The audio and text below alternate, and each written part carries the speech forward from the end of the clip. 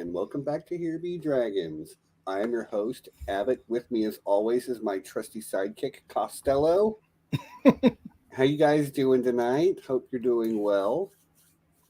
Um, you know, it was never my intent to just review movies on this channel, and that's not really what we do. But this one is such a sci-fi masterpiece that it doesn't bother me to go a little bit outside of the what we might normally do. But it's this one was really good. I watched it again this morning, and I had a blast. How about you, John?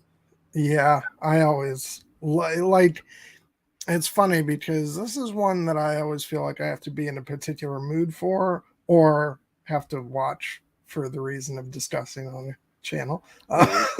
Um, but like it's always just such a pleasure because it's such a beautifully crafted movie and the story is emotional. Like it's just wonderful. And this was the film that made me a Denis Villeneuve fan. Mm. So I'm always happy to go back to it. Yeah, I saw this in the theater in 2016, and I had forgotten how visually appealing this film was, and he does some visual things in this movie that are pretty good. We'll get into it, I'm sure. Yeah. Um, I'm going to get my one complaint out of the way. Okay, let's just get it over Okay. with. How do I want to put this?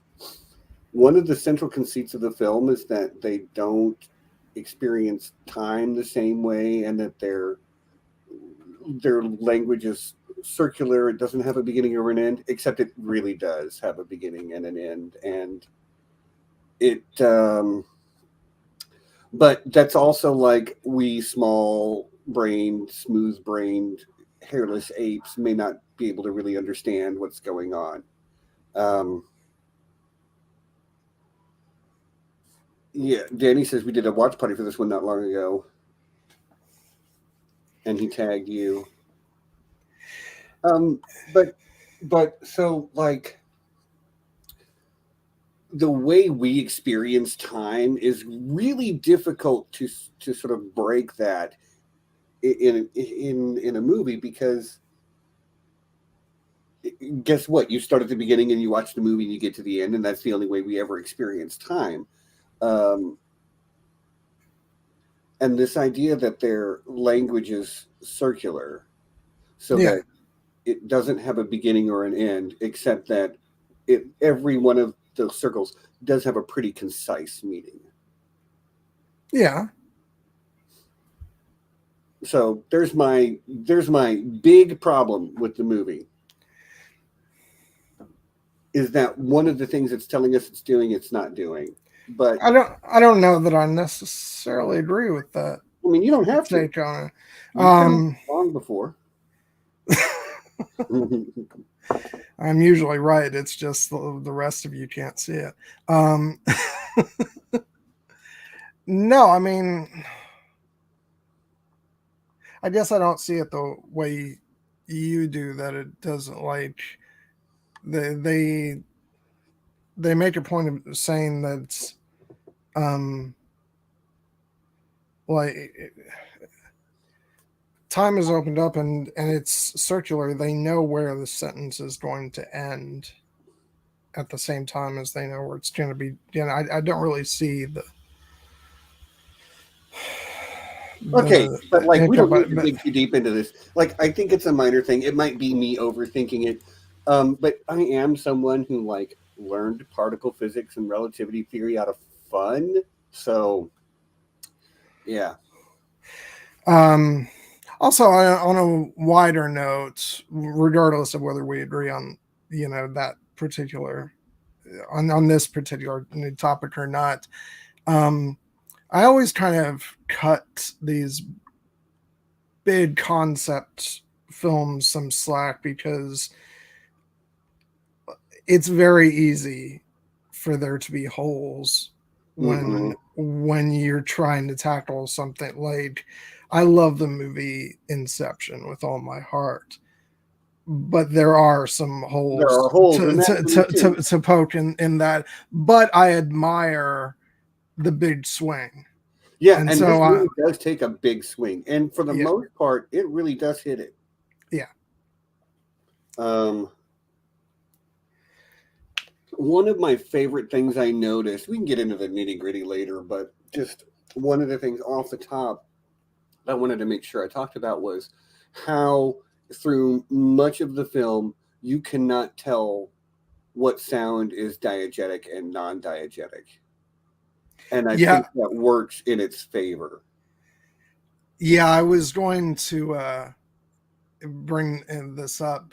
Normally, you guys know I'm always harping on about how much I love traditional, classical style, orchestral scores. But when when something different is called for, as it is in the case of this movie, it's it's perfectly suitable, and I think the score for this film is absolutely brilliant. Mm. Um, and by the way, I'll have to look up his name, but the composer who worked on this film, he ended up passing away, and I wanted to pay tribute to him. I, Johan Johansson, and he did also work with Denis Villeneuve on Sicario. Okay. And at one point he was attached to Blade Runner 2049 as well before they switched composers. But he passed away a few years ago, and but absolutely brilliant. The score is great because, like, especially when you're first approaching, you know, uh, the ship, in that early part of the movie, and you're not really sure whether it's music or whether the sound is Exactly. coming from the ship, or Yeah. it's just brilliant. For those of you that don't know, diegetic sound, when you're talking about a movie or a TV show, diegetic sound is a sound that is inside the world of the show. It's music that the people in the show or sound that people in the show are aware of. Um, Most scores are non-diegetic, but the way that they kind of blend, as you say, John, they blended it with some of those more almost whale song type sounds that the Yeah. heptapods make, and it really does blur the line between what's the music and what's the sounds going on in this place. And especially for me, having grown up loving Star Trek for The Voyage Home, my mind immediately went to whale song, and Mm-hmm. and to associate it with like a science fiction, and it was a very easy uh jump for me to make, and yeah, I loved that because you didn't know quite what it was, and then you've also got the sound of the bird chirping. um but then some of the music, it's not quite that, but it plays off of that. There's a section of score about halfway through the movie when Jeremy Renner is giving his voiceover, and it's got this kind of, I can't reproduce it, but but I'd love it's to hear like, you try. no, but it is like some of it is like the musical equivalent of a bird chirping, and it's beautiful.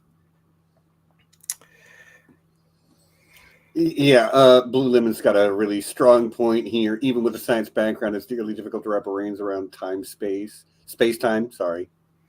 Yeah, I've dug myself into like thought, like um talking about circular time, like, and get myself going around in a wheel trying to think about time and what it is, and like how we as human beings perceive it, and does it exist at all, and, Yeah, and time I, is just Mother Nature's way of keeping everything from happening at once.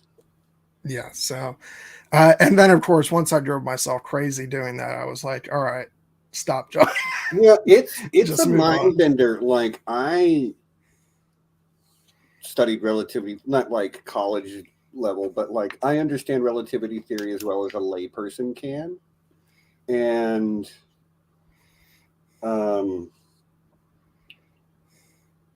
time and the dilation of time is a big part of that. God, my eye is bugging me again, or still rather. But yeah, there's something about this one because it's got the hard science going pretty well. It's got the linguistic ideas going pretty well. It's got a heck of an emotional through story, and it's beautiful to look at. And one thing I really noticed watching this time is how almost bloated with time some of the scenes are in order to really build that tension. Like there's a ticking bomb and we're all like, ugh, but they're just talking to the aliens. It's all good. And they're not in a hurry. Like, but we as the audience are. Yeah. I mean, that had me on the edge of my seat. And I talked about this at the tail end of our last stream, the fact that I knew virtually nothing about this movie going into it. I knew that it had to do with aliens arriving on Earth and that Amy Adams was in it. And that was about it. And in this day and age, when we know, like, let's be honest, we know, at least what would you say 60 to 70% of what's going to happen in a movie before we go. So to go into this one blind, it just increased that sort of tension in scenes like that with the bomb about to go off. But even like early on, I was going to get to this at some point, but I guess I'll talk about it now. Like one of the most exhilarating sequences I've seen in years. It was a fairly slow sequence, actually. It's when they're boarding the ship for the first time, because like it all feels so like alien, unknown and alien, and not having a clue what was going to happen in this movie at all. I was like, what's going to happen next? What's going to happen next? And I felt like Ian, when he says, pardon the language, everybody, but when he just goes, fuck. That was the reaction that I had, and yeah, it's a brilliant movie, and I really did like it a lot. I agree with Kartik. I hate that Jeremy Renner's first dialogue is basically that linguistics is not science. Freshen up, dude. I think that's what FU stands for, right? Freshen up. Yeah, I'm sure. Are you asking that seriously, or are you being funny? No, I'm kidding, of course. Hot D and shit. I got you, Blue. I got you. Understand. Haven't read a Neil deGrasse Tyson book in a while. No, I do love that the movie, that their relationship starts off where, typical scientist going to belittle language in favor of his thing. But then, of course, it's halfway through the movie when he says that, why am I blanking on it? Amy Adams' character, Louise is her name. Yeah. And his name is Ian. Yeah, where he says Louise is leaving all of us behind, so he quickly comes to have a lot of respect for her. And it's okay to be confident in yourself. I don't think he came across as overly cocky. I think he came across as confident. But I don't think he ever and he did say the thing about linguistics, but I think it's natural that, but when you are an astrophysicist, you maybe pigeonhole the word science into something that doesn't encompass linguistics. And again, I don't think that's necessarily fair. It's not a physical science.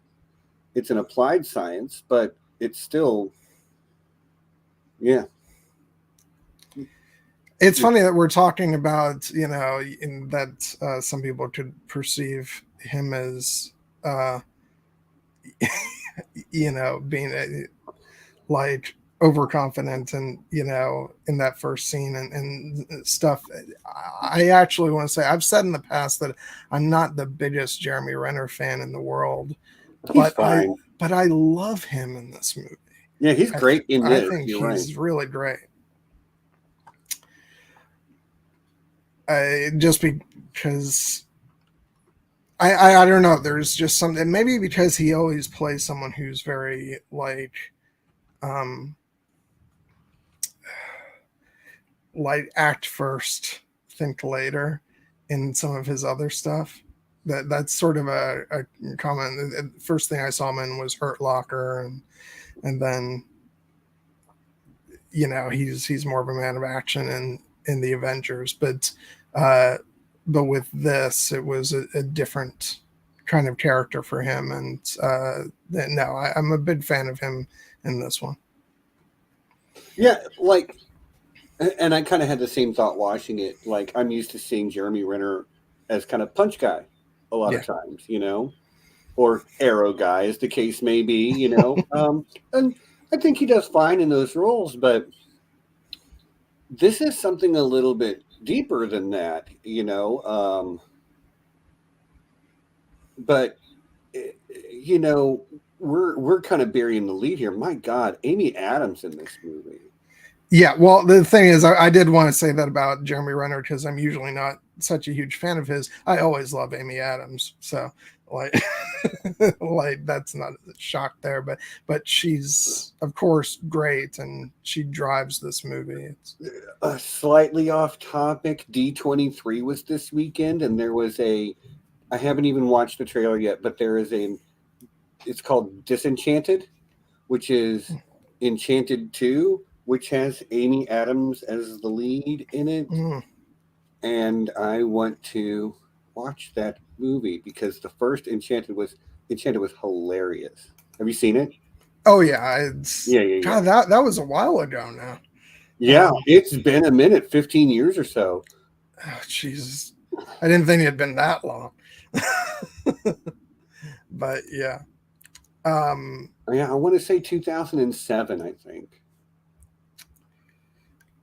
No, on the topic of Amy Adams, I know I always like to pretend, or not pretend. Well, I always like to insist that I don't care about awards, but I won't lie. Back when this got nominated for a bunch of Oscars, but not for Best Actress, and I remember being really annoyed about that. Because man, she's great. Not only as like very smart lady. Very stressed out lady, loving mother, grieving mother. Like she gets to play all of those parts, and she does so convincingly that it's the same person still. Yeah, and it's real. Like it must have been tough to play this part because we're led to think something about this character that ends up being completely different. Later in the film, we think that this is a grieving mother, for most of the film, which ends up not being the case, or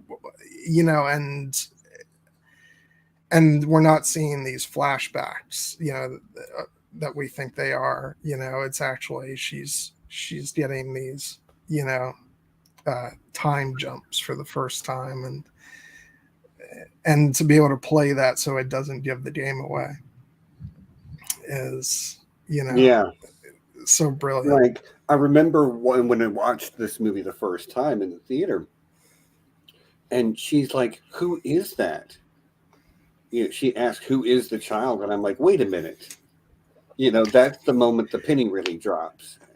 And this is why I'm such a spoiler phobe, because I love those moments of like whiplash, when all of a sudden in a split second you're reevaluating the entire movie you've just seen. But also having seen it and knowing what's coming and knowing that the heptapods are pretty benevolent, overall. They don't. Oh, They're very benevolent, even. yeah. Like, we need your help in 3,000 years, but we're going to help you now. Like, that's a fair trade, I think. Yeah, no, it like once you know what happens, it's because then you go back and you have a completely different experience with the movie. And I that's forget how much political, or not political, but like societal upheaval there was in this film too. mm-hmm. Yeah. I have. I'm sorry. Go ahead. Go ahead. No, what were you gonna say? I'm just saying, Kartik and Curtis in the chat are going off on physics, and like, I'm this close to just turning this into a physics. I need to have both of you gentlemen come on, and we will explain quantum mechanics and relativity theory to the masses, and maybe we'll like come up with a grand unified theory of everything that'll fit on a T-shirt, and we'll solve basically the crisis in cosmology at the same time. Let's get it done, gentlemen. Let's do it. All right. I'm sorry. Right. I love science, and there's a couple of scientists kind of going off with each other in the chat, and it's great. I do want to say, like, I'm going to get political for a second because I can't divorce that from my experience of this movie because so much of this movie, it has so much to say about the importance of communication versus like fear and anger and like the sort of shoot first, ask questions later mentality. And this movie came out days after the 2016 election. Mm-hmm. And man, was I in like a bad state, and it was really great to see this movie, which, prioritized like, all these things, critical thinking, linguistics, having, a woman at the center of all of this. And even something like later in the film when a character says, you're committing treason, to have that actually mean something, in the days after the Trump election. And it was like, okay, John, I don't ever censor anyone. Let's not use that name around here. okay. Like, I'm totally happy to never hear that word again. I'm just saying, I was very like, I wasn't in a good place, and this movie felt like such an antidote Mm-hmm. to the sort of turmoil that I was feeling. And what's wild is that this movie is 6 years old. 2016. I went to my first ever Con of Thrones in 2017. And at the time, I was like, really, like, real talk, I went to the first Con of Thrones so I could meet Aziz and Ashea. That was the reason. And I had a blast, got to do a lot of other stuff, and obviously been to several since then, and things have changed. But this movie came out a year before that. So this movie kind of coincides with me finding that fan community for the first time as well. So I think it's kind of a good signpost. Like in 2017, I was excited to meet them. In 2016, I was just figuring out who the heck they were. I was just falling down that rabbit hole. Yeah. So it's a really great movie that could tear my eyes away from anything A Song of Ice and Fire in 2016. Let's just say that. Yeah.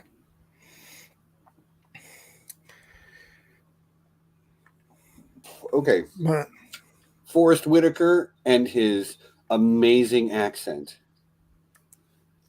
I love Forrest Whitaker unabashedly. Even when he's a crazy rebel.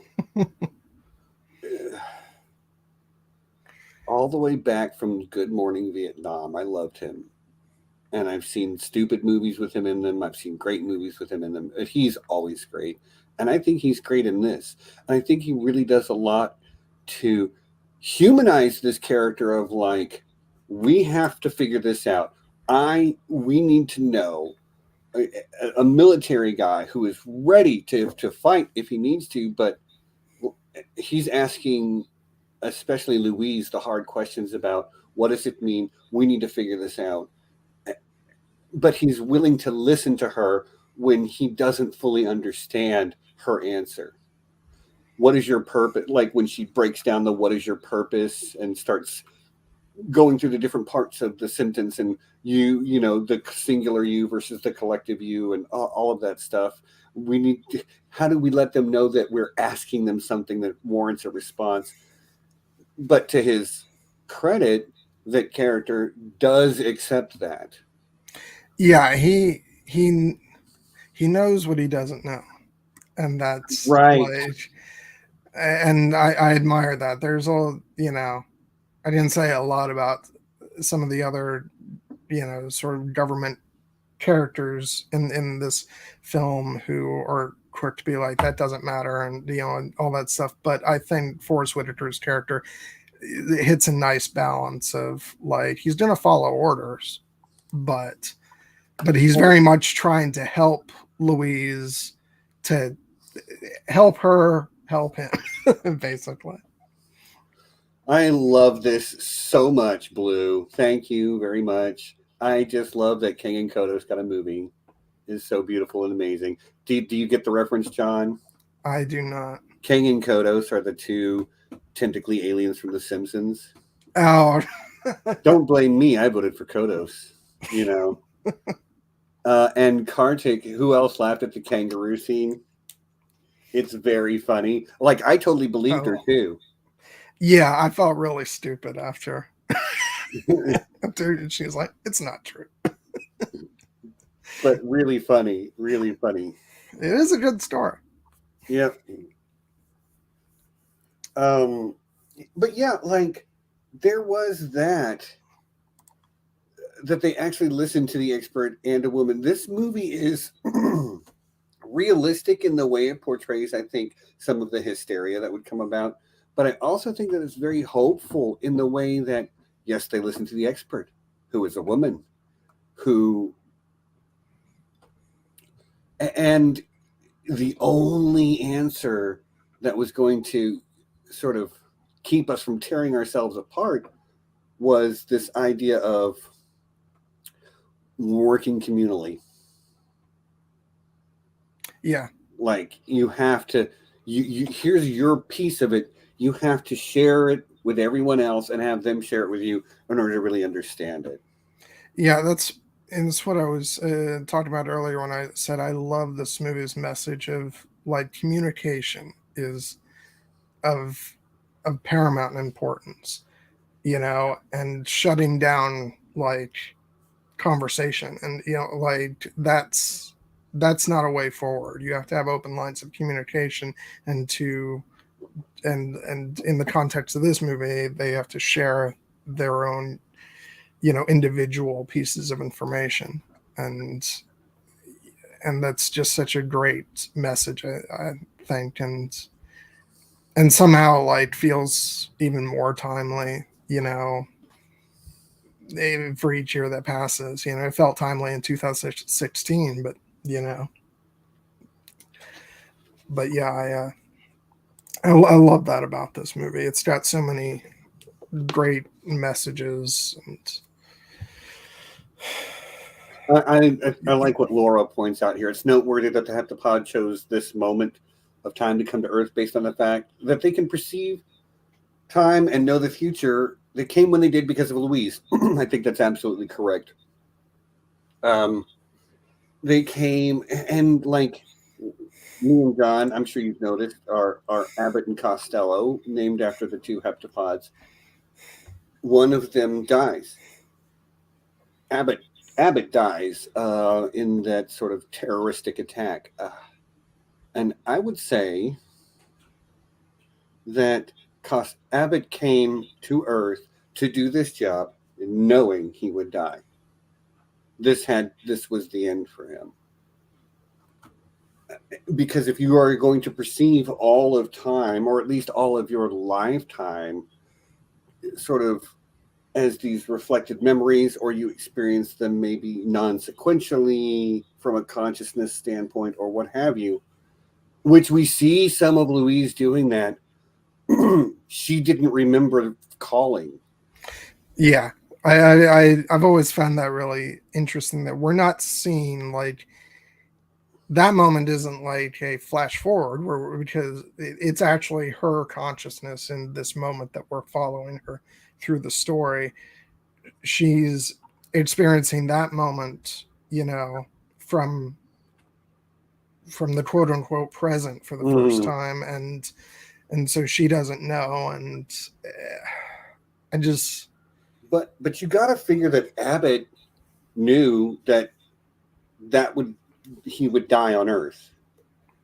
I don't know what, we haven't seen inside the mind of a heptapod, but all indications are that they can sort of experience time in a way that's very different to us. And yeah, well, and what's important to remember is that Louise is still like this marks like at least it's so confusing talking about this, because once she fully gains that ability, what is time to her, but like in the context of what we're seeing narratively in the movie, she's just beginning to learn how to navigate through time, versus the heptapods, who I'm sure have that it's just natural to them. So I'm sure he did know. Yeah, exactly, Sean. He's like, want to talk about homeful? Not a single military from around the world shot the moment they didn't receive a response they could understand. Again, like, good science fiction is this. It's maybe not the most accurate, but it's what we wish would happen in a lot of.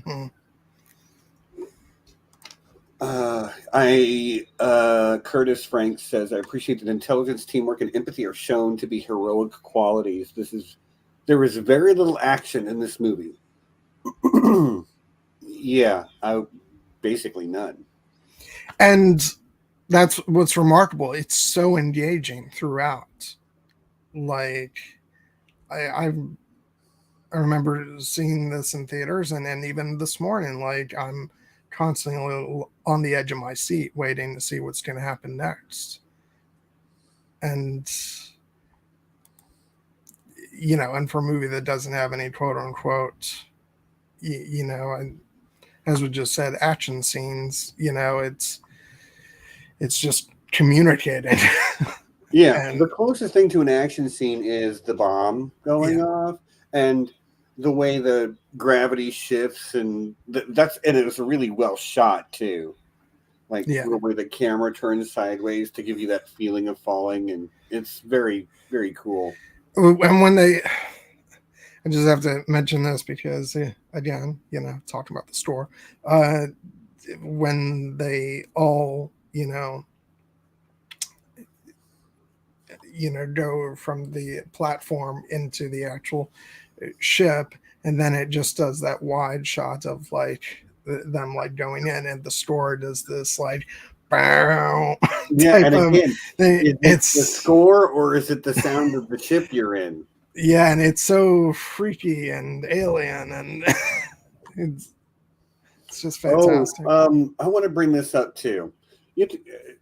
So Blue Trish says you have to figure that any species that can master space travel already has the technology to easily wipe us out if they wanted to. I agree. There's probably nothing we could do anyway. You're probably right. If they wanted to hurt us, they could just wipe us out. It's science fiction, but they did not apparently come or leave with faster than light travel. They have some sort of straight up teleportation technology. Yeah, I was just going to say, for a ship that can essentially evaporate, as we see at the end of the film, it sort of almost evaporates into the clouds.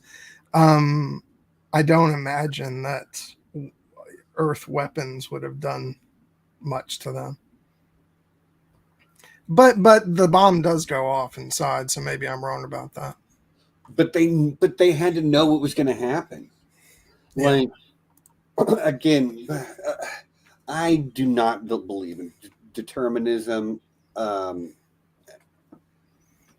or fate or destiny. Like, I don't believe in it. But like, there is no way to discount cause and effect. And we got a couple physicists, luckily, in the chat. Maybe they can explain this better than I can. But from our understanding, a cause must always precede an effect. But there is this idea that time can look the same forward and backwards, which means that you should be able to tell you should be able to look at an effect and be able to tell what caused it. If you played it backwards, it should look exactly backwards. I'm not explaining it very well. I'm sure one of the physicists help me out here, guys. But like, I'll tell you, and this sort of like I feel the confusion because like I have racked my brain with this movie before. What I think ultimately makes this movie work so beautifully is the fact that you can drive yourself crazy thinking about all the concepts of time, but it is the fact that this has such an emotional human story at its core that makes the film work as beautifully as it does. So that after we finish racking our brains about how time works and all that, we can also like put that to the side and focus on the film being a story about a mother and her daughter, and as well as her relationship to her husband, and like, there's moral, ethical questions in there too. Yeah, like, she made a baby with Jeremy Renner, knowing that they would at some point get a rare disease and die, and didn't. And that is maybe Louise's biggest mistake in all of this, is that she did not give him all the information she had.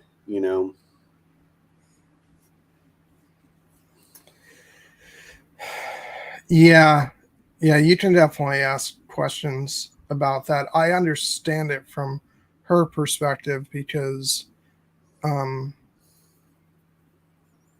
if time becomes something that isn't linear, then the joy is always there as much as the pain is always there. But yeah, it's always kind of, I don't know if rubbed me the wrong way is the right word, but there's definitely questions about the morality of it, just for the fact that she didn't tell him right off the bat. And is that, Yeah, well, let's yeah, put it like this. If there is a genetic disorder that runs in your family, and there's a good chance that if you have a child with your partner, that child will have this genetic abnormality, your partner deserves to know that. And I mean, this is my opinion, yeah. but I think that your partner deserves to know that, so they can make an informed decision about their life and the lives that they bring into this world. So, naughty Amy Adams, you should have told him up front. I understand why you didn't, but you should have.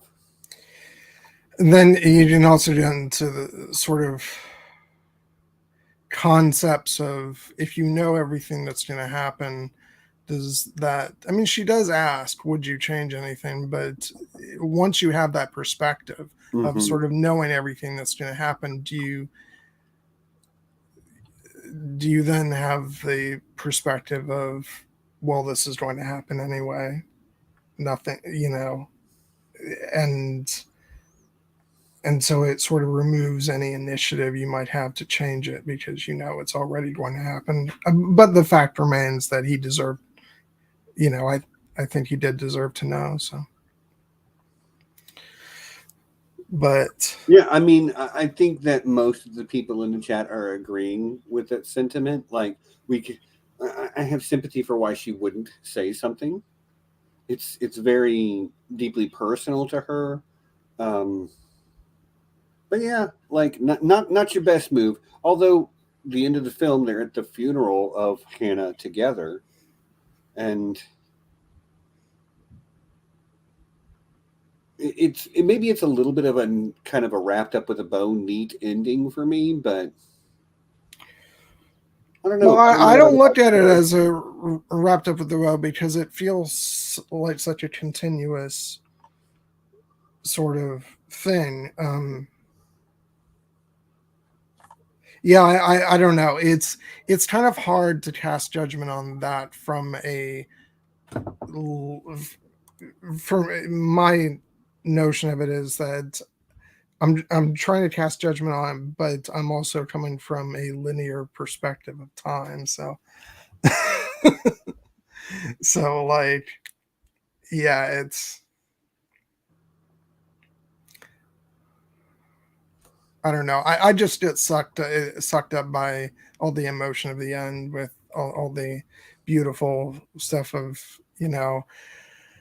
I forgot how it felt to be held by you, and it's just there's so much beauty in that, and yeah, it's definitely a question to be asked. I don't have an answer.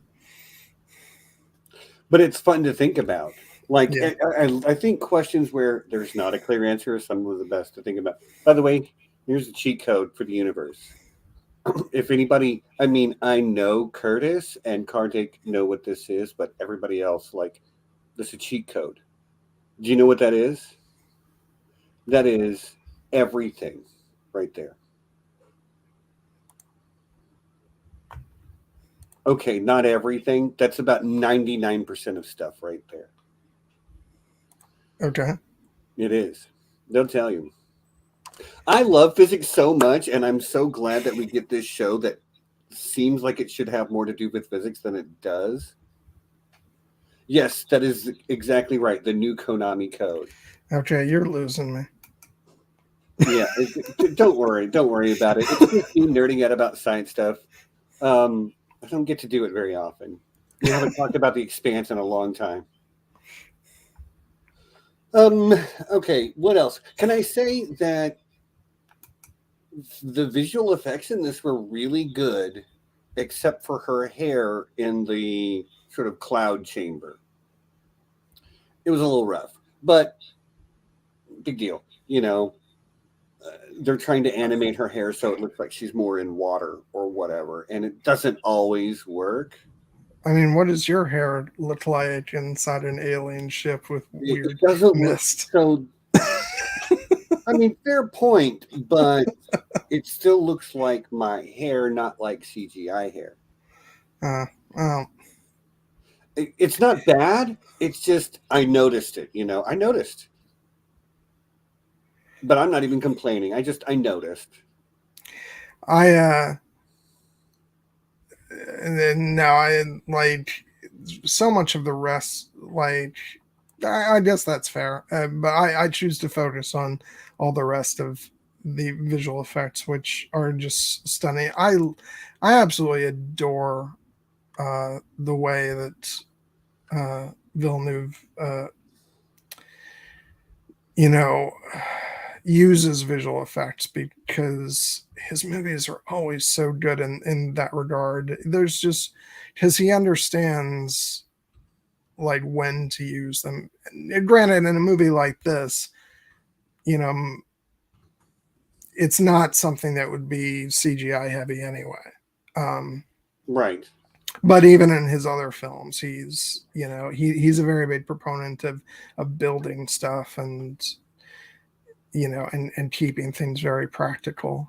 And I love the effects for the ships. and all that. It just, there's such a sense of scale in all his movies. So I remember when I saw this in the theater, those ships just felt huge, and it added an element of being awe-inspiring.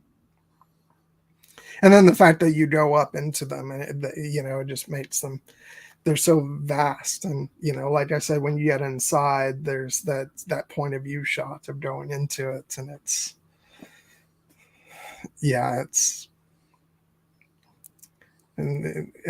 great. I'm gonna look up to actually see what awards it was nominated for, because I certainly hope visual effects was one of them.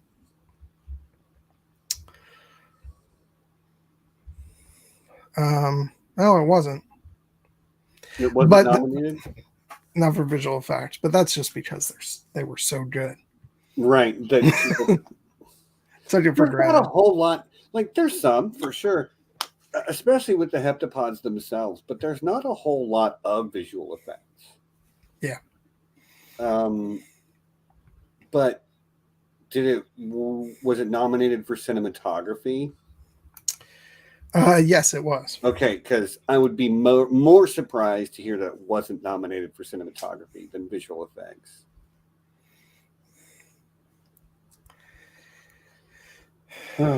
Okay.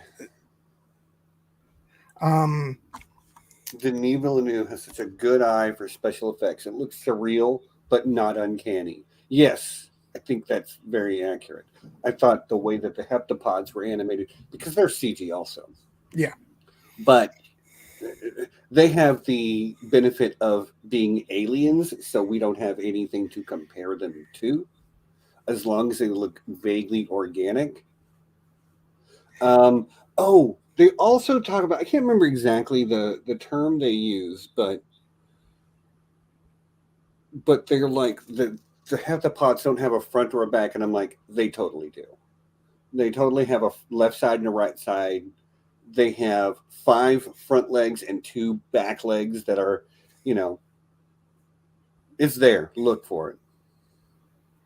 But they may not have their body shape is so incredibly different from ours that seeing like, where is the face? Like, is that the face right there? Or is the face somewhere in here? Or is it down here somewhere near the bottom where they do all their talking with? You know what I mean? Like, in that way, they are a very confusing creature. Well, yeah, and I mean, they would choose just a certain direction to present themselves to us. It's not like they're going to spend the whole time moving. I think they have bilateral dimorphism, which means like basically they have a left side and a right side. It won an Academy Award for Best Sound Editing.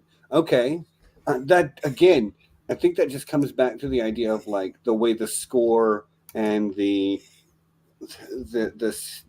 sound blended together so well. Like, there's a point where the helicopter, you hear the helicopter coming in, and the beating of the blades becomes the driving beat of the score to help heighten tension. Like it's really good the way they sort of made it all go together to give you an almost otherworldly and somewhat disconcerting feel to the whole thing. Like this movie does tension very well. Very well. Yeah, like I said before, I've just, it was one of the most tense, movie experiences I ever had, because, I mean, you hear the phrase on the edge of your seat, often, but I think I was literally like leaning forward, watching this movie in the theater and kind of like, oh my God. Yes, I know, but we still like it when our stuff wins. I actually thought this might be like you and Kartik bonding. Yeah, I know, but I'm such a hypocrite. Like, I still remember with great fondness when Return of the King swept the Oscars. And so if I really, truly in my heart believed that the Oscars were complete BS, which I kind of do, but but like I wouldn't look back on that memory with fondness. So that's a very interesting point, Kartik. Like maybe it's only us who would consider the face as the person. That is an interesting idea because this is sort of what you think of when you think about a person is their face first. Well, I would say most of us, I would assume. yeah, and what's interesting is that because for the majority of the film, we don't see like the upper half of the heptapod, and just because when we're presented with the entire form, Louise looks upward, Yeah, towards here. what looks like Let a me head. That doesn't mean that it's actually like. look how tiny she is next to it. Yeah.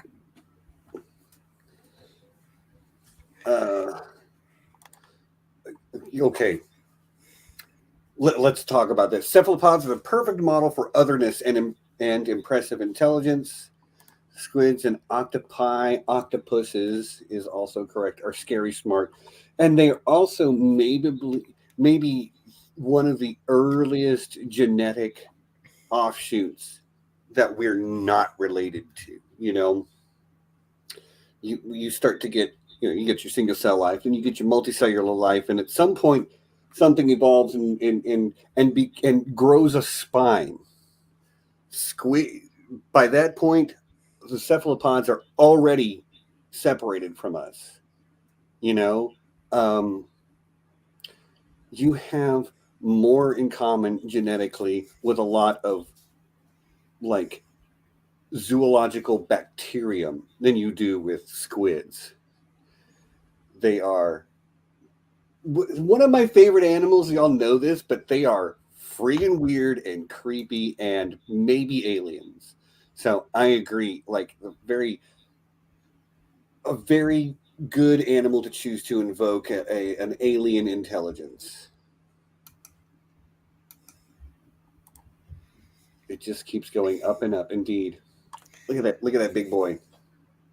She should probably be craning her neck more. Yeah. Reminds me of actually speaking of Return of the King. That's got that scene in the beginning when the Fellowship is talking to Saruman, and he's all the way up on top of the tower. Putting aside the question of them actually hearing him talk, and vice versa, they should all be like, "Hey." You just made me think of the movie. What was it? Shazam. Oh. At one point in Shazam, he's fighting the bad guy, and they're both flying, and then he's way over there, and he's like spouting off his evil manifesto, but Shazam is far enough away. He's like, "I can't hear you. It's too far. I can tell you're talking, but I can't hear you." So what you just made me think of. Oh man, do we ever get lost in the weeds on this show sometimes? No, it's all great.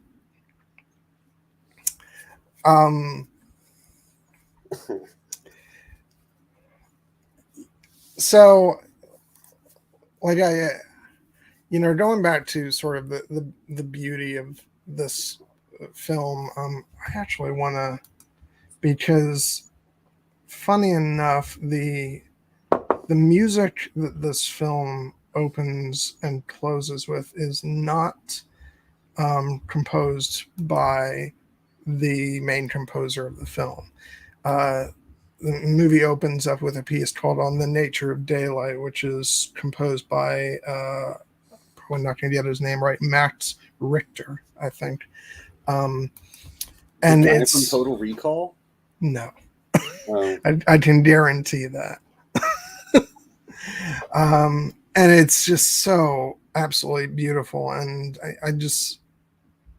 I love the way this movie opened up, where you just hear that music first, and then the camera is from the ceiling of the house, and goes into the backyard, and you're going through this succession of it just wonderful like snapshots of the the life of Louise and her daughter, and the way it cuts, from like a moment where she says, "I remember all the moments in the middle," and it cuts from the daughter saying, "I love you too. I hate you," which it just that's a typical child growing up, um, and just so the way it makes your heart sort of soar with moments where they're sort of running around the yard and then immediately plunging you into really sad emotions, as she's dying and and Louise is crying, and it's like you are so emotionally like um it gets you emotionally like immediately, so that it's already No, got you not pulled me. in. I didn't care. I don't. Yeah. Um, I'm not too proud to say it. I kind of got a little bit teary over a good bit of this movie. Um, I have children of my own, and Amy Adams is really good at making me feel empathy. Yeah. And they got a cute kid to play the part, and what else can I say? Yeah. And so, but then to here I go again talking about music, except this time the lack of it, the fact that it hits you really hard with that gorgeous piece of music off the top, and then it cuts to quote unquote present time, um and there's really no music until they are approaching the alien ship, and I just found that a really interesting choice. Yeah, like this movie is very deliberate in pretty much everything it's doing. Yeah. Um, you know what? Let's do the mid roll. Let's do the mid Okay. roll, and when we come back, I will talk about. I just thought of another like little gripe I can have, but like I'm not even sure it's worth bringing up, obviously. Okay. But you know, we'll get there. So this is the part where I didn't even last week. I didn't do this. I'm supposed to tell you guys to like and subscribe. I didn't do that last week. So, and if you're already subscribed, unsubscribe so that you can resubscribe. Just to confuse the issue, I guess. No, seriously though, thank you for being here.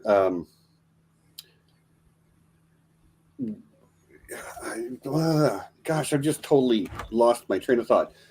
For those of you who are here live, thank you for being here. Really appreciate everybody who's here live. That's one of the things that I love about the live streaming format is the sort of conversations that go on not just with the chat but between us and the chat, and it really you guys that are here live, you really do make the difference. So yeah, it's awesome. Thank you for doing it. This movie has been a lot of fun to talk about, and we'll get back to it.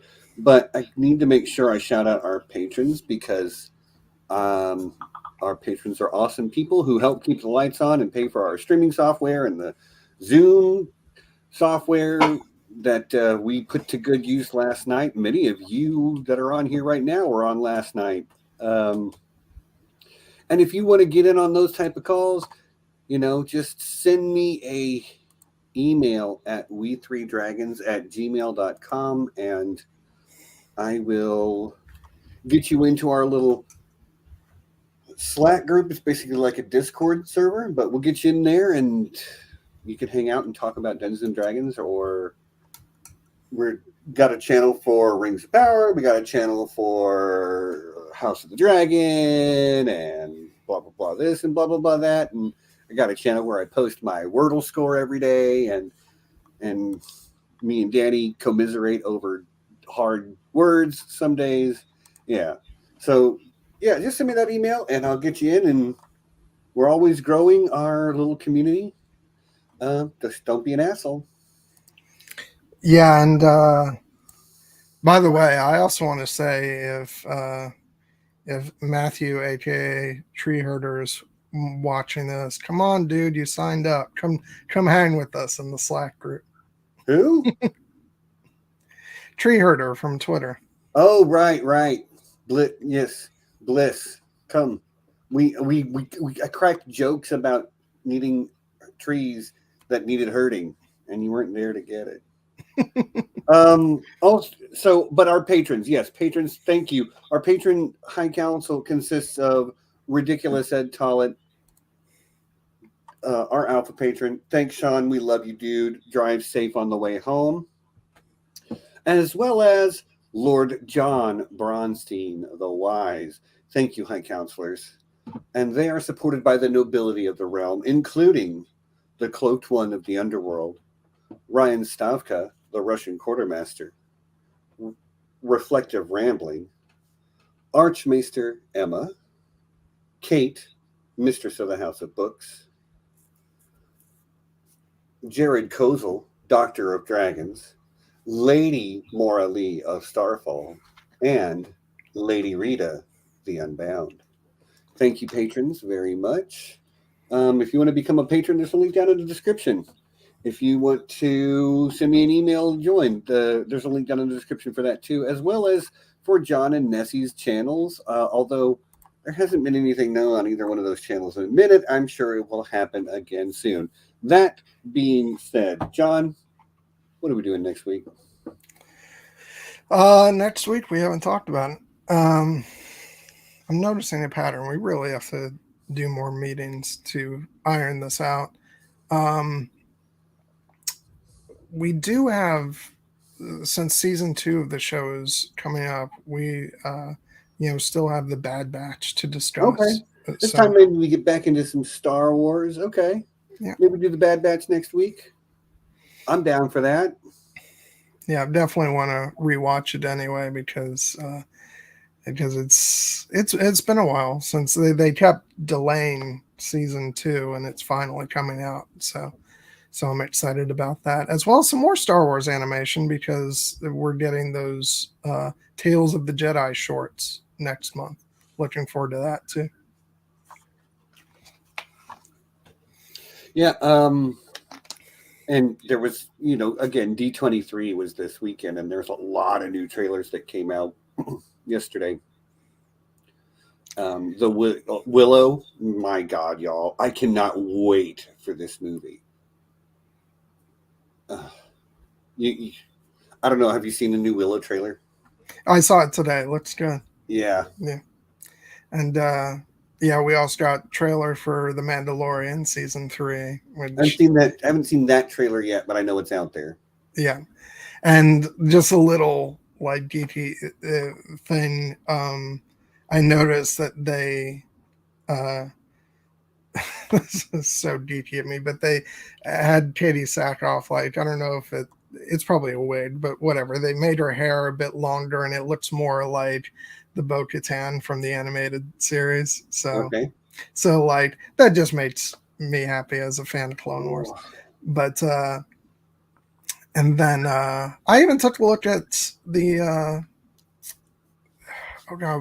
what's a Secret Invasion? Is that what it is? I haven't watched that one. Like the only trailers I've seen were for Disenchanted and Willow at this point. Okay. But there's like 12 that came out yesterday. I'm going to watch them tonight, I'm sure. But I had to watch a whole freaking movie today as well as do some other stuff, So yeah. But yeah, some good stuff. So I think we will have content to talk about. Yeah, and Danny's like, you want to do first 3 episodes of Rings of Power? Well, by next week, it'll be 4. And by that point, it almost feels like we ought to wait till 5 because that would be the halfway point, right? No, actually, 4 will be the halfway point because maybe we want to do that instead. 8 episodes. Okay, yeah, well.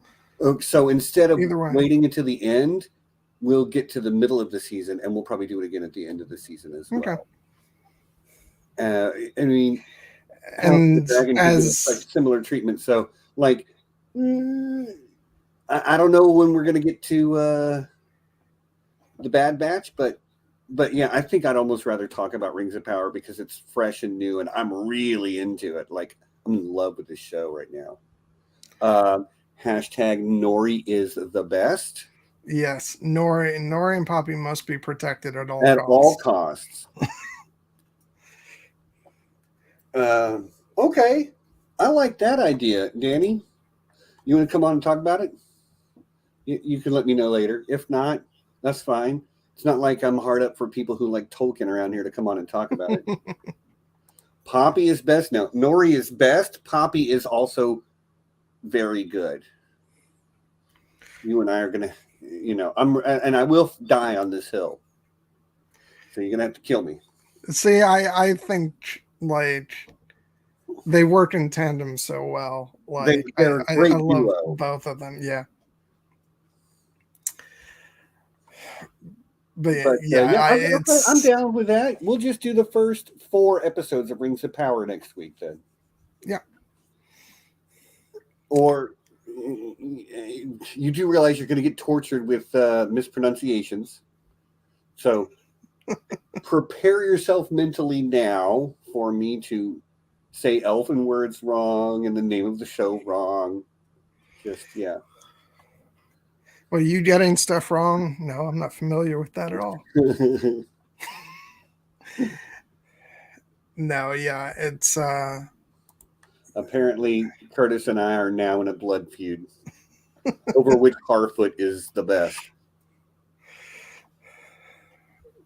God, well, yeah. I have a headache. You okay? Yeah, I took some Tylenol before we started streaming, but it's been over an hour, and I still have a headache. It's not bad, but I have a headache. Around here stealing steam today. Yes, the elf guy. Yeah, he's very good. Let's not go down this road right now, though. Yeah, that's for next week. Save it for next week. But yeah, okay, I like that. Laudertrop next week, and after that, Hot D. Maybe like the midway point of Hot D.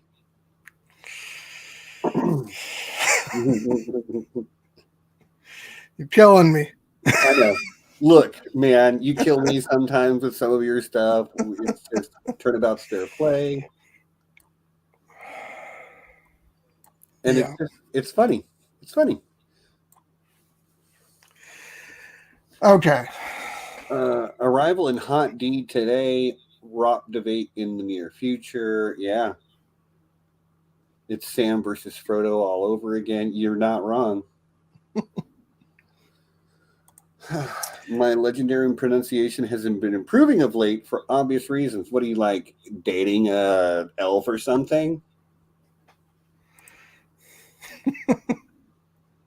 Yeah, I'm restraining myself because I'll leap into talking about Tolkien and Rings of Power instead of Arrival, instead of us going back to the movie, right? Because next week I will unleash in all my fury. Yeah, not fury, but you know. Okay, so I think I might turn off some of these lights. Again, I've got a little bit of a headache, so anything that I can do to help that.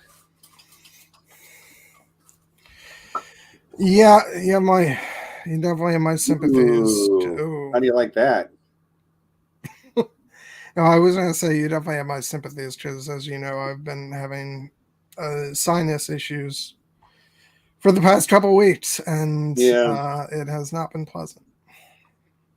Well, again, it's not like a crushing headache or anything. It's enough that the lights are bugging me. So I think I'm just going to turn off my lights, turn off my camera, and see if that helps. Okay.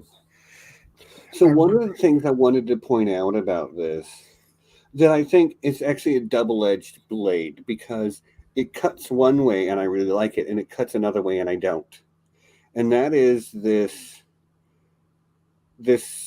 sub-story about planting the bomb, Mm-hmm. right? Um, they keep cutting away to these guys giving these knowing, leering looks, and like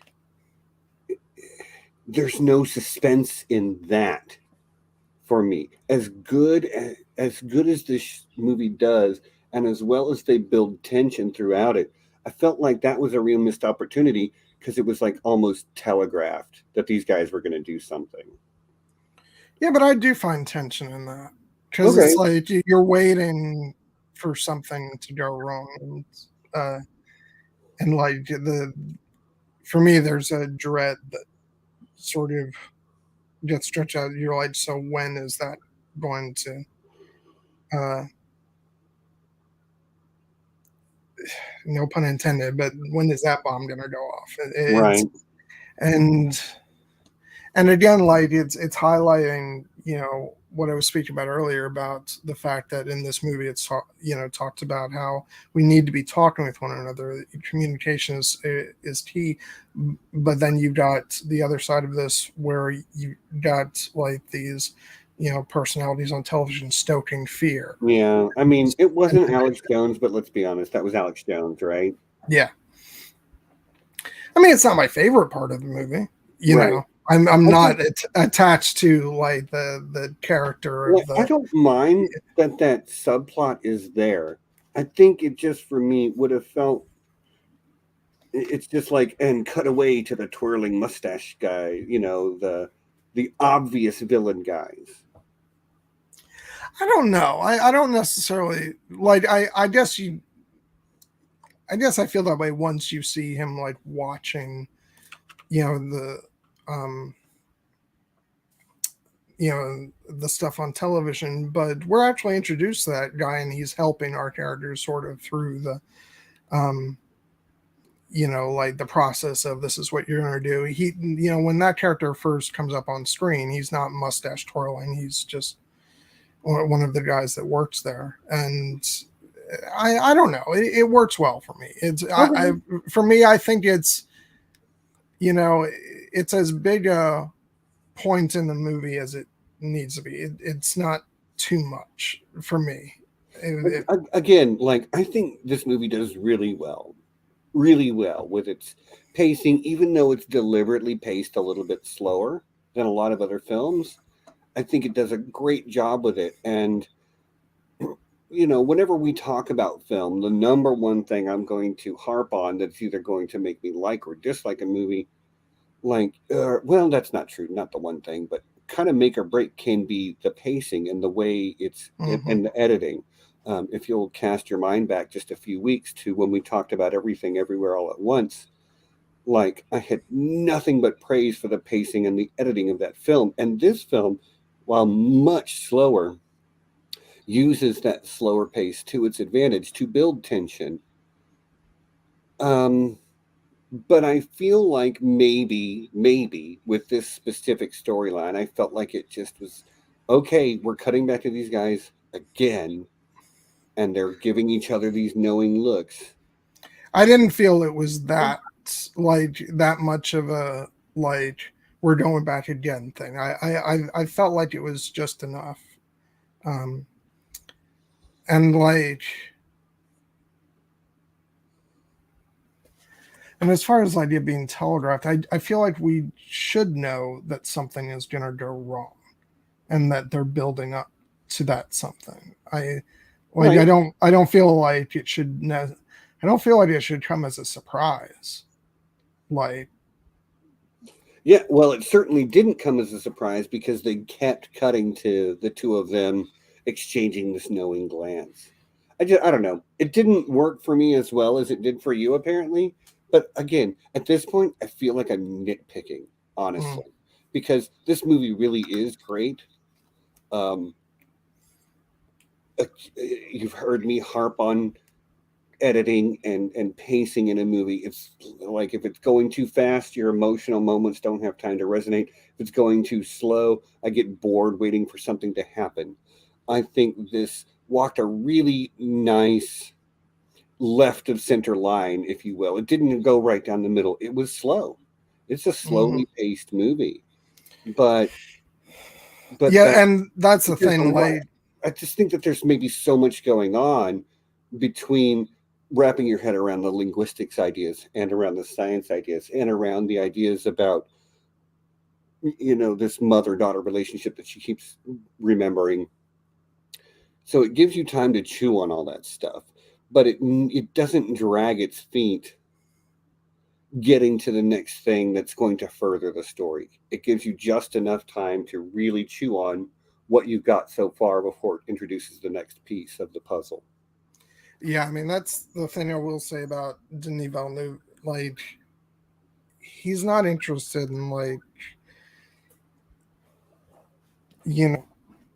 making a fast-paced roller coaster ride. Right. Like, He's not Michael Bay. I got you. yeah, the pace in his films is very deliberate. And he finds a different way to keep your attention, than just, um, you know, let's do some snappy cutting. That's Right. not his style. Now there are some pretty snappy cuts in this, especially when she's going from sort of like the here and now experience of dealing with the aliens to some of these memories of Hannah. Quick, very quick cuts, Oh yeah, yeah. But It's like, right, it's not like clippy action movie cuts. yeah, because I mean, a lot of times with films, you hear directors talking about, well, this scene has to go, or we have to trim this scene to keep the pace of the film up so that audiences don't get bored. That's not what's at play with that. Fast cuts in this movie. It's to drive home points and to hit a certain like beat within a scene, and that's just, yeah. And for anybody who's also seen Blade Runner 2049, that's a slow film. Mm-hmm. But I don't mean that in any Right. sort of bad way. I love the pace of that film, because it allows the story to that's the thing. Like, he has his films constructed very carefully. If the slow of his films, if the pace of his film is slow, it's not because it's a slow story. It's like he's very deliberately making choices about, let's make sure that we draw.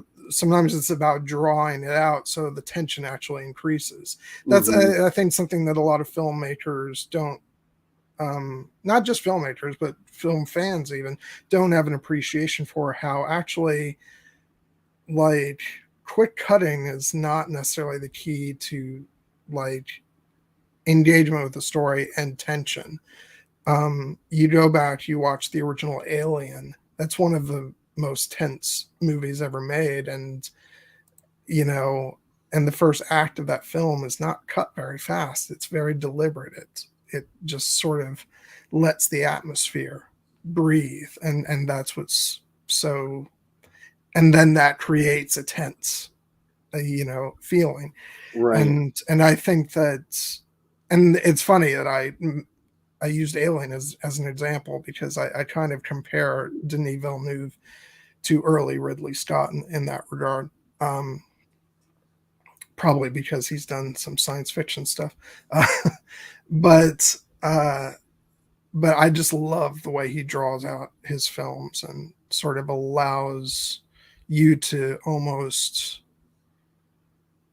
not so much in this movie, but in some of his other movies, get uncomfortable with that Mm-hmm. sort of, breathing space. And this movie is exactly like, I mean, I know you just mentioned the stuff about the soldiers and stuff like that, but putting that aside, like, as far as, like, there's not really much in this film that you could say, well, that beat goes for too long, or that should be cut out. Because it's, even though it's not a roller coaster sort of style story, but everything is so carefully constructed. Yeah, I totally agree with you. Even those moments where it's just the camera lingering on a shot. There's the helicopter ride in is a long one shot, Yeah. 2 minutes, where you fly in and you see the ship for the first time and you see their little base camp, and then you pan around the base camp and watch people, watch the helicopter land, but it's so beautiful. Like the clouds rolling off the hills and like kind of cascading down like water almost. Well, it is water if it's clouds, but you get what I mean.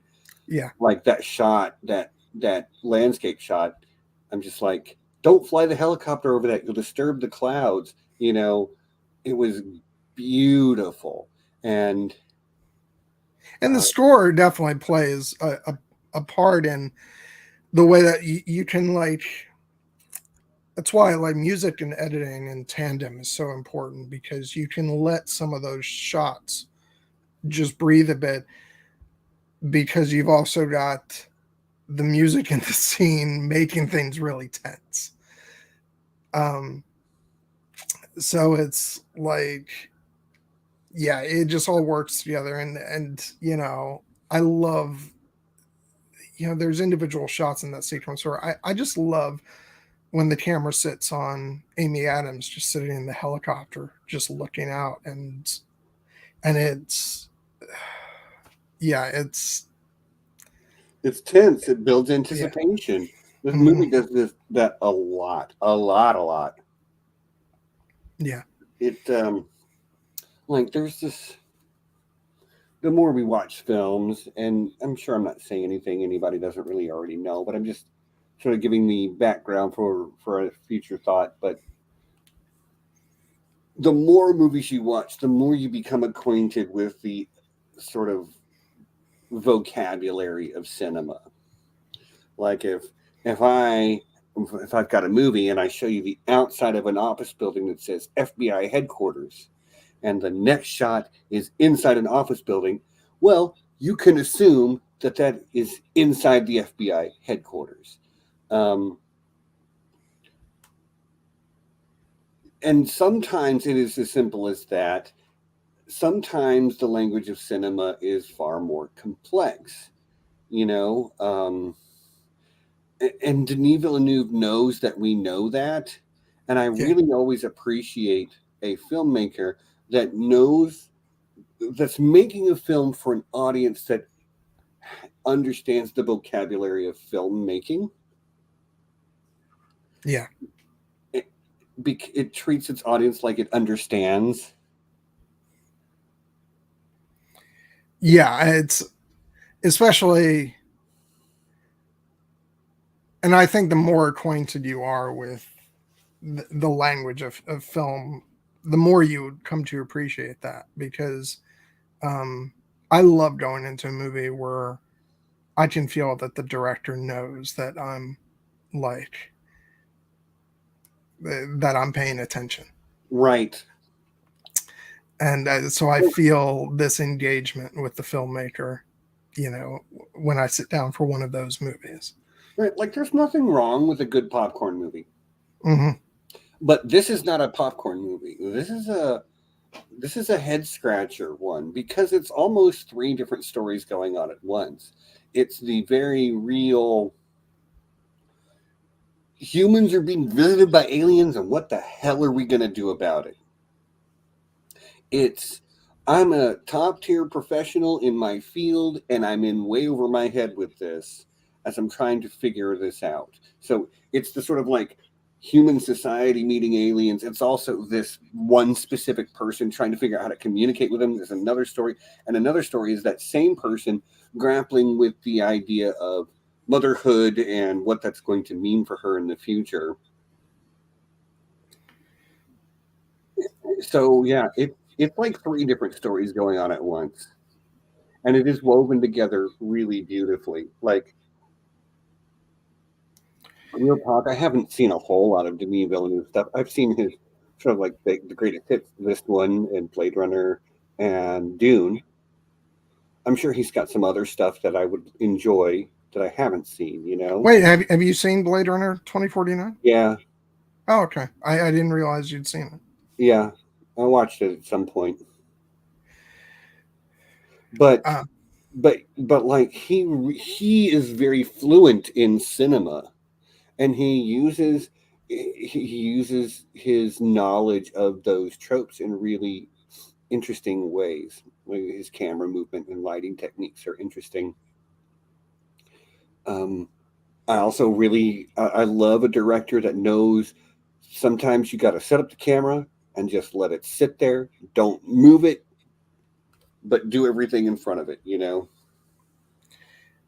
yeah, it's and then of course I love sort of both. Sometimes a camera can be too like the director can be too aggressive with his camera and it's not earned. But there are like Peter Jackson is very active with Hmm. his camera work, and I actually love that. Um, but sometimes like for a movie like this, it just works beautifully just to have the camera sit there um and you just know that like he knows what he's doing. Yeah, it's oof. Sorry, I'm a little bit unfocused again. My head hurts. You know. Yeah, that's fine. This um is a movie where you eat fried calamari. You are correct. Pat, Padar, have you hacked in the Kartix account? Yeah, very Potter thing to say, isn't it? Um, but gosh, I had something I wanted to talk about.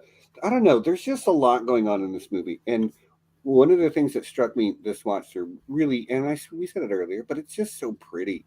It's just Yeah, so pretty, and yeah, it's got those disorienting shots when we're first getting into the alien spacecraft, where they come in walking on the ceiling and stuff, and you've got the pan to the side where you get this vertigo feeling of I'm standing here, but I'm looking down, and there's the ground at a 90-degree angle to what it should be, and yeah, it's fun stuff. It's fun stuff. yeah. I love when Luis is like, uh, I don't know, and then Forrest Whitaker is like, nope, let's go. Hmm. And yeah, that would be me. I'd be like, yeah, I changed my mind. No, not me, man. You only live once. um, I'm going. Look, if there's an alien spaceship and they want me to go, I'm going. I'm not even considering. Trish, yeah, I also love the movie Contact. It's a great movie. I don't remember it well enough to know if Mm, I just don't.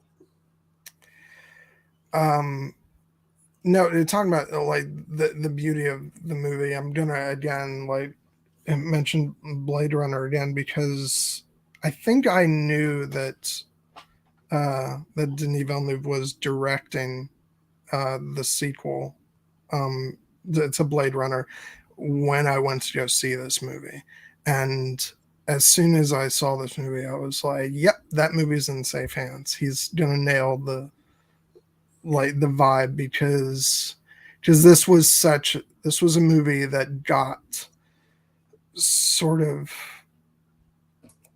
you know taking your time and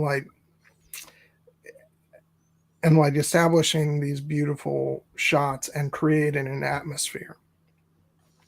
And like you can't go you can't go make a sequel to Blade Runner and have it be like a sort of typical modern film. It has to have a very certain style. And when I saw this movie, I was like, he's going to be the perfect director for that because this movie feels, it is drenched in that of like just having a deliberate pace, but like Okay. but within that, like the vibe of it is so. We've talked about this with like the combination of the beautiful camera work and the cinematography and the music. It just creates this. this sense of the film itself feels alien. Well, at times, at other times it's a bit more down to earth and given into its emotional side, but it doesn't feel like your typical, like as we established, it's not a blockbuster movie. It's not a popcorn movie. Yeah. It's a thinker. But, I think we like that around here, right? Mm-hmm. Yeah. Yeah, no, I see a movie like this. I don't know. This sounds so, what's the word I'm looking for? I believe the word you're looking for is pretentious. Pretentious of me. Yes. It sounds very pretentious of me. But when I see a movie like this, I'm like, yes, this is what I like. It's because it really makes me think. And I don't think that's pretentious, honestly. Like, I get why you would say that, but this is art, it's supposed to make you think and feel things that are out of your sort of everyday experience. Yeah. Sometimes I think this movie doesn't know what it is. It doesn't know if it's a sci-fi thriller or a family tragedy drama, or because it's both of those things. I guess it really is a sci-fi movie, but like, and you were talking about, you knew that when you saw this, that Blade Runner 2049 would be good because you liked the style of this film. Although it made sense to me when you said pacing and like the deliberate delivery of their plot, because stylistically they couldn't be more different. This is not cyberpunk the way 2049 is, Yeah, but the way this film moves and right. Like its essence is very similar. Its vibe is different, but its essence is similar. Yeah. Hold on, this has caught me funny. It's nice to know that Blue says it's nice to know my atrocious handwriting would be an intelligent name, could be an intelligent name in his language. Kartik responds with, "Can you see through time?" And with enough, when I get enough coffee, yes. Like, I love this conversation. Thank you for including it on our chat. Very, very nice. Very nicely done. How do you feel about, for the record, I'm perfectly fine with it, but I know, I think I heard some talk about this when the movie came out, but how do you feel about the leap you kind of have to make? Because, like, let's be honest, you learn a different language, you're not going to start seeing Into the future. Into the future. Right. So you do have to kind of make a leap, Yeah, it's science to fiction. deal with this It's movie. science fiction. And, they talked about that idea that your language determines the way you see the world in reality. I mean, I think that's probably true to a certain extent, but I don't think it's going to open up, pathways to transcending causality, Yeah, the way I kind of feel about it is because like the fact that it's an alien language kind of made so it's it's a little hand wavy. I'm not gonna lie. There's a little bit of like reversing the polarity of the electron stream there, Yeah. But it needs that in order to get to the place. Like, it's good enough at wrapping up the story without just being a Deus Ex Machina, because it is sort of foreshadowed throughout the whole film. It's not like you get to the end and like, oh, I can see through time now. Like, she could see through time the whole film. She just didn't know that it was happening already. But of course it's happening already, because in the future she learns how to do it. So she has she's feeling the effects before she learns how to do it. Yeah, it's a brain bender, but yeah, I'm perfectly problem fine. with it. It does not work from a causality standpoint, but I don't really have a problem with it, because when you get out to the edge of theoretical physics, like time and space are really freaking weird, man. Like, what is time? We can't really explain it. Um, yeah, it's tough.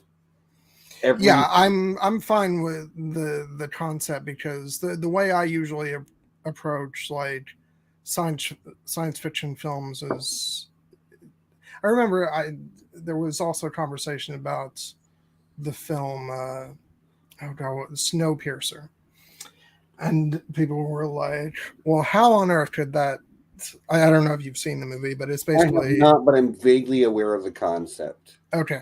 So I remember people were like, there's no way that train would still be operating after all those years. And it's like, well, that's not the point. That, like, that's the concept of the movie. And so, like, you know, so I can, like, I'll go with your sort of sci-fi concept of what you're asking me to buy into to tell the story that you're telling. Right.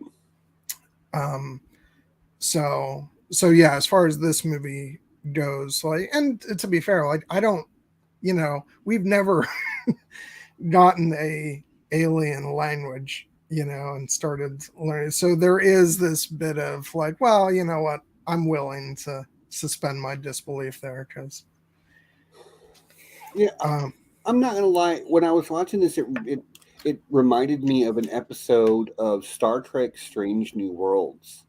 The first season of that came out earlier this year.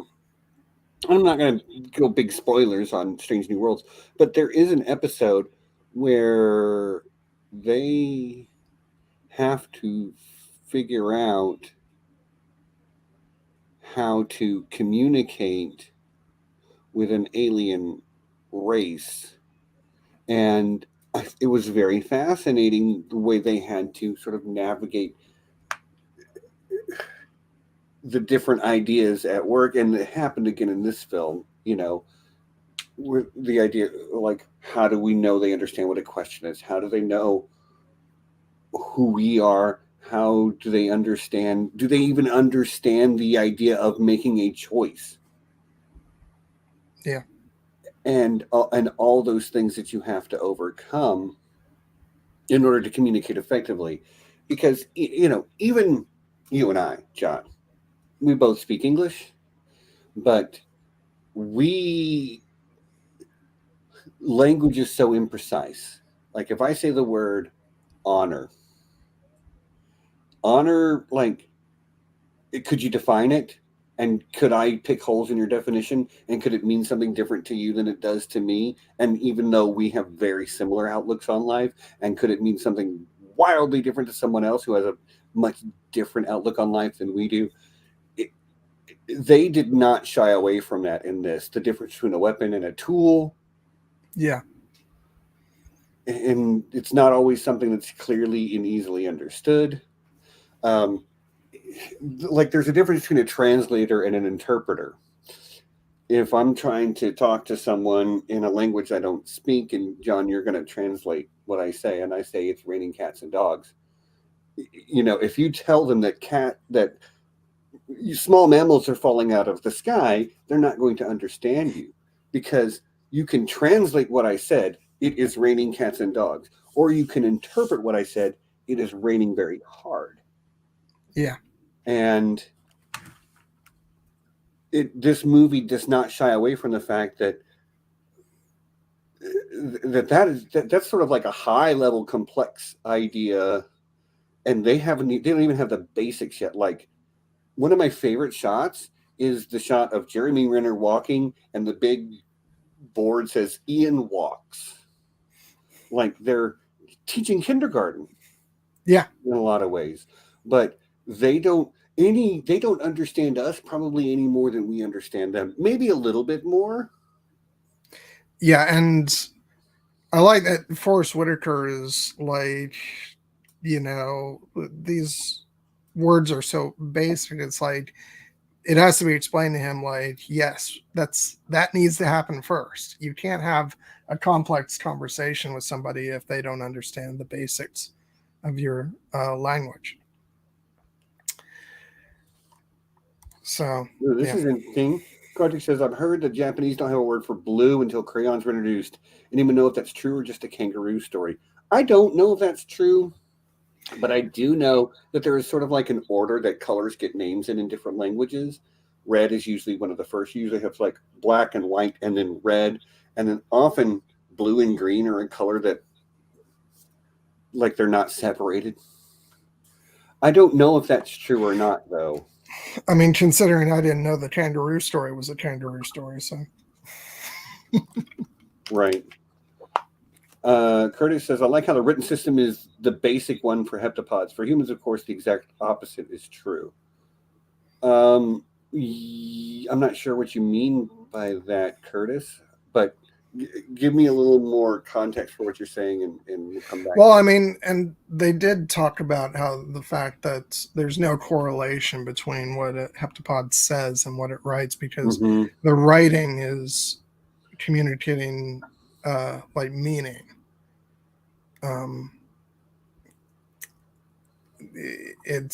It's different from, so it's like there's actually two forms of communication going on, and and they mention how the heptapods probably look at human language as like a lost opportunity.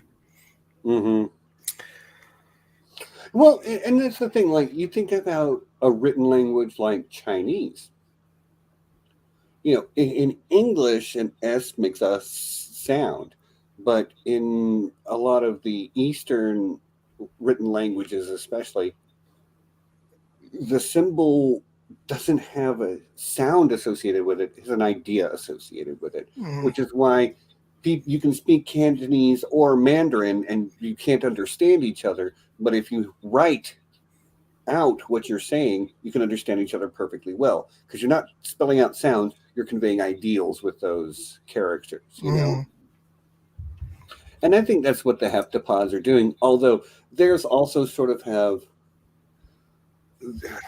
I think there's a missed opportunity in this movie. Maybe I'm going too hard, too deep, but like humans help us help humans. Like that's a circular idea that just starts in two different places. And both of those statements are true based on why the heptapods are here. They want to help us. They want our help in the future. And I really think it could have been a very interesting thing to show how the same symbol even can mean two different things depending on the context of time that you are placing it in.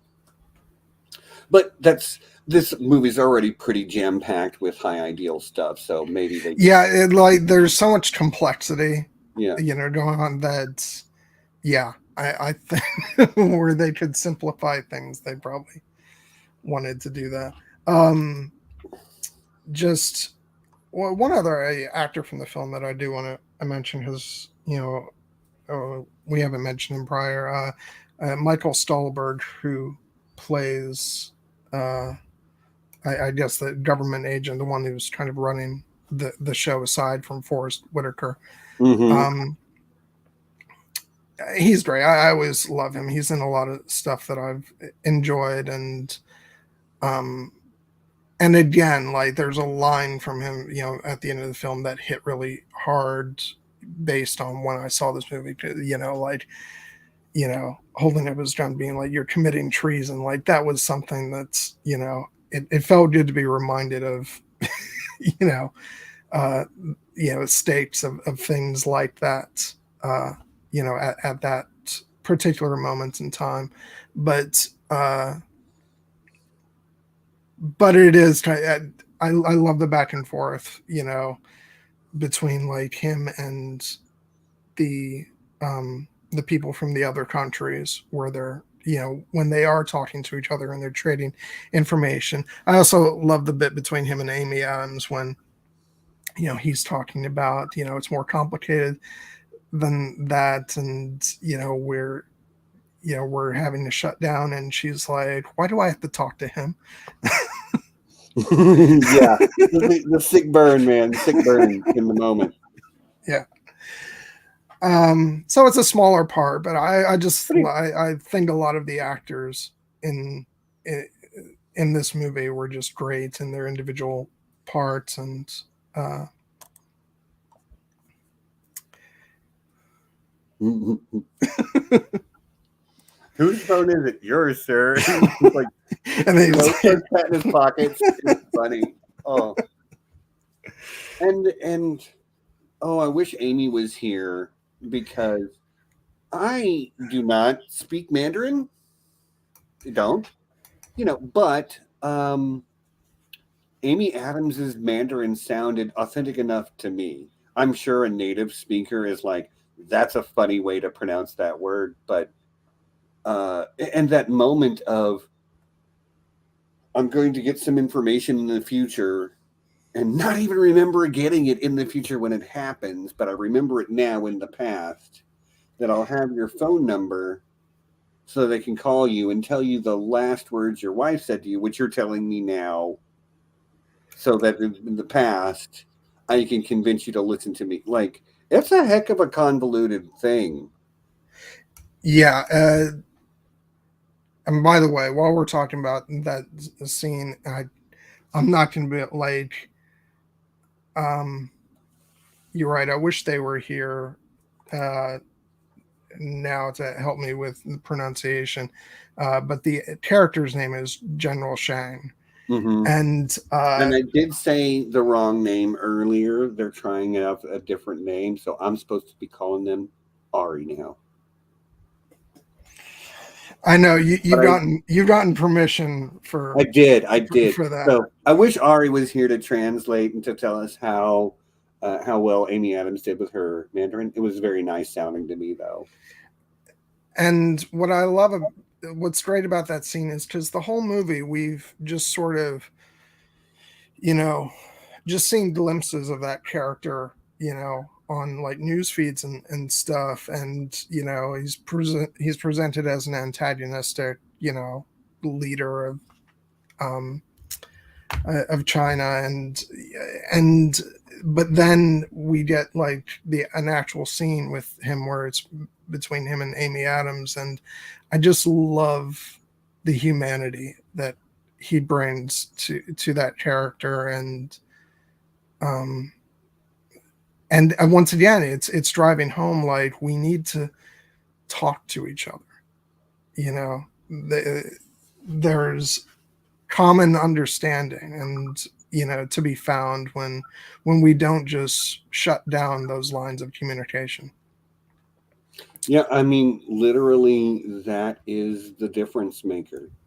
Yeah. Is that they figured out how to not shoot their problem, not try to blow up the thing that they're uncertain about. And maybe this is the dawn of the Federation, the United Federation of Planets, so to speak, because they gave us a whole bunch of information and left. See, in 3,000 years, we're going to need your help. But whatever it is they've left behind for us, obviously has not taken away every problem in the world.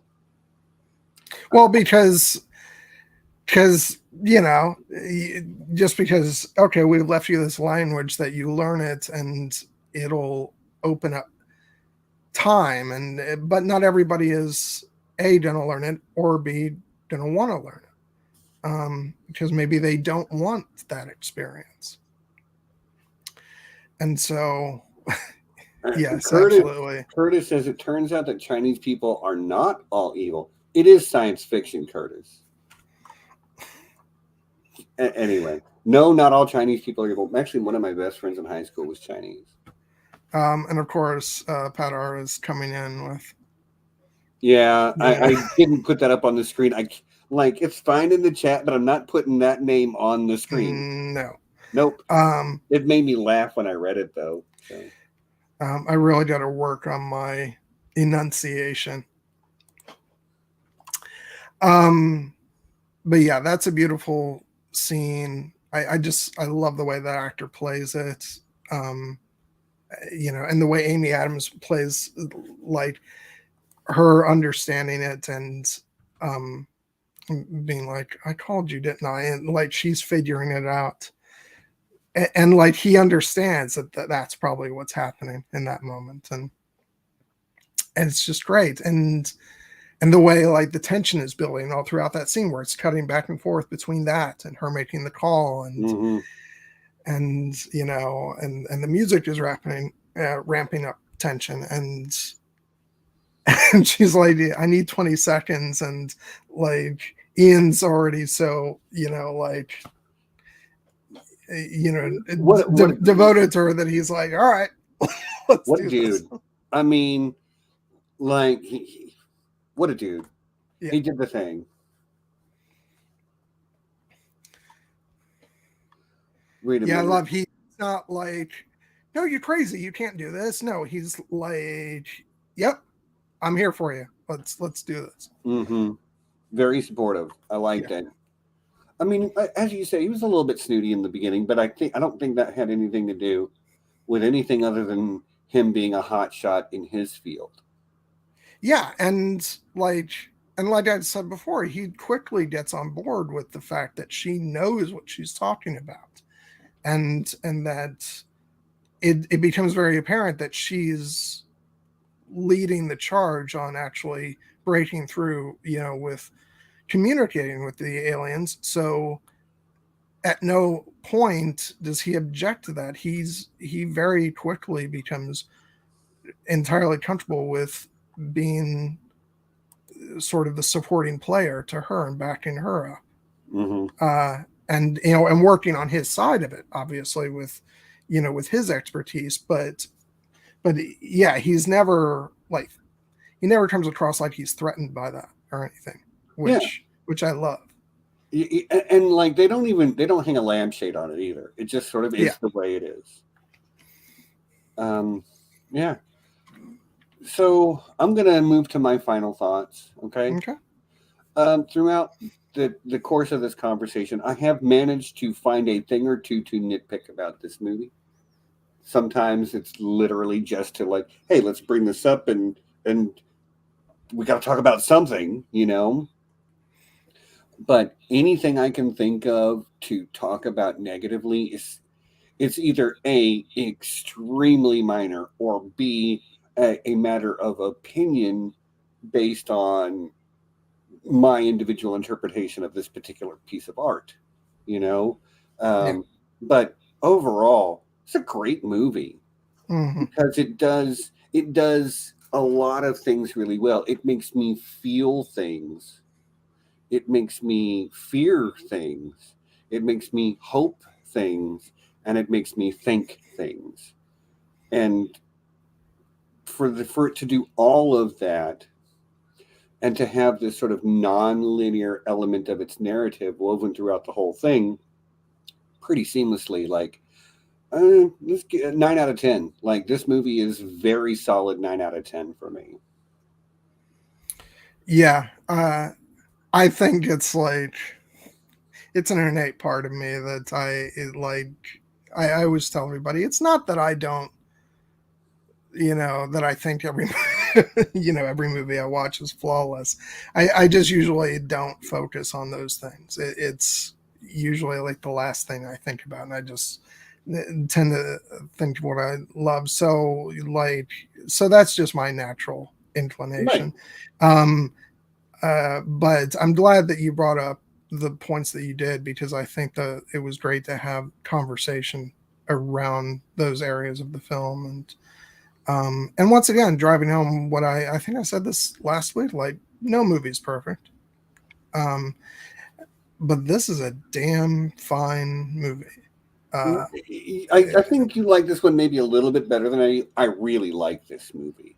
But it sounds like maybe I just have a thing or two that's holding me back from quite reaching the height. I'm not gonna lie, and I'll tell you, it probably, I said before that I didn't know really anything about this movie going into it, and that probably just elevates it to another level for me, because that is such a rare experience, especially for me, because I'm constantly following every piece of movie news I can get my hands on. So I'll never forget that experience of going to see this in the theater, not knowing what to expect, and just being blown away in many different respects in terms of the filmmaking, um, but also in terms of the emotional story that was being told. And those two things, like, they don't often go hand in hand. When, you know, a lot of times you can be really blown away by like the style of a movie and, and what it's trying to say, but you don't always in the same package get like a really genuinely emotionally moving story. And so I love that about this movie. Yeah. And it was I'm going to drive Laura crazy here, but this was tied for my favorite movie of 2016 with La La Land, which is a movie I love. And she'd be like, "No, John, just say Arrival is it's the best one." Um, but like it immediately shot up when I saw it. I was like, "This is going to be like top of the year for me," and probably one of my favorite science fiction films I've ever seen, and it is. It's one of my favorite, I will call it low sci-fi. It's earthbound. It's not plasma cannons and hyperdrives. Mm-hmm. It's not high science fiction. It's low science fiction, but it is so good at what it's doing Yeah, of telling the sci-fi story and the human story concurrently, and really of how the two sort of mix in the middle. yeah, and I'm not gonna lie. As far as Denis Villeneuve films, my favorite remains Blade Runner 2049, actually. But I'd say that this is a very close second of his filmography for me. I think this is my favorite of his. Yeah, and I would not begrudge anybody that because it's a remarkable film, and I do think it's actually his most emotional film. So Mm. Well, y'all, that's about the 2 hour mark, and I am kind of fighting off a headache. I'm gonna go eat some food or something and try to kick this out. Hot D in an hour, so I'm looking forward to that. I'm sure you are. Aren't you? Aren't you looking forward to I, some hot D tonight? I'm looking forward to watching House of the Dragon. What, you don't like hot D? At what temperature would you prefer your D? Okay, All but right, yeah, let's wrap this up, Steven. House of the Dragon in an hour. Next week, I guess we're gonna do the first like half of Lord of the Rings: The Rings of Power, Yeah. and I will say the name incorrectly a few times on purpose next week. John, just relax, let it happen. You know, but This is what drives me crazy though, because like I remember like I cannot grapple with all the things that people make like memes and jokes about. mm-hmm. Like because they revealed the title and I was like, that's a good title, it makes sense. And then I went online and it was like, oh, it's like how many times are we gonna say the rings? It's like, well, you got ring twice in the title, of Lord of the Rings, the Fellowship of the Ring. That's true. Um, so, but people got to have their jokes, but it's fine. Yeah, I'll, but I'll live. yeah, I know, John. Look, half the reason it happens is because you go ugh when I do it. You know that, right? Are you saying that if I hadn't raised a fuss about the um, HOTD thing, it might actually not have become a thing? Maybe, but we'll never know because It's all my fault. it's all your fault, and you caused this. And we just had a whole big talk about like causality and stuff. So you are the cause. That's why it's always going to be Laudertrop from now on. Um, but Oh, like, by the way, since I decided to wear the shirt tonight, I want to make sure that I plug everybody. Go follow the Knights of Kira on Twitter yeah, do as that. well as on Instagram. But I promise not to start calling Lord of the Rings Fellowship of the Ring Lauder Fodder. Okay, I promise not Okay. to do that. Just this one time. All right. Cool. All right, y'all. So come back next week for Rings of Power. Hopefully, Nessie will be able to join us. We will discuss the first 4 episodes, which I have been loving it way more than I anticipated. Yeah, I have to be honest. I wasn't as crazy about the third episode as the previous two. That's fine. I Um, think it's been getting better every episode. but I'm really looking forward to next week because we get the return of Durin Mm. and Disa, and they are just great. So They're pretty awesome. yeah. Uh, yeah, Lauder Fodder. Oh, I did it again. I'm sorry, John. Um, but Curtis is saying thank you. Thank you for being here. It was really great to have some people who had a passionate or passionate things to say, or informative, interesting things to say. It was great fun. Thanks to everyone who was here live and pitched into the conversation. I really am glad we did this movie because I hadn't don't think I'd seen it since I saw it in the theater. So here I was, 5 years, 6 years later, revisiting it, and it's really good. Yeah, it is. But yeah, next week, Rings of Power. Can't wait. What else you got, John? Anything else you want to say before we call it a night? No, just I loved watching this movie again. Thank you all for tuning in, and thank you, Kartik, for the suggestion. Yeah, Kartik, thank you. This was as per your request. Um, I think Danny McKay is the one that said something about doing the first half of Rings of Power next week. So thank you, Danny. Yep. It's always nice when somebody else lends us a little bit of brain power in our endeavors.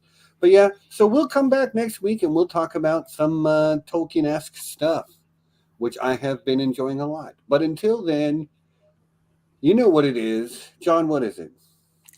Peace and be excellent to each other. Bye, everyone.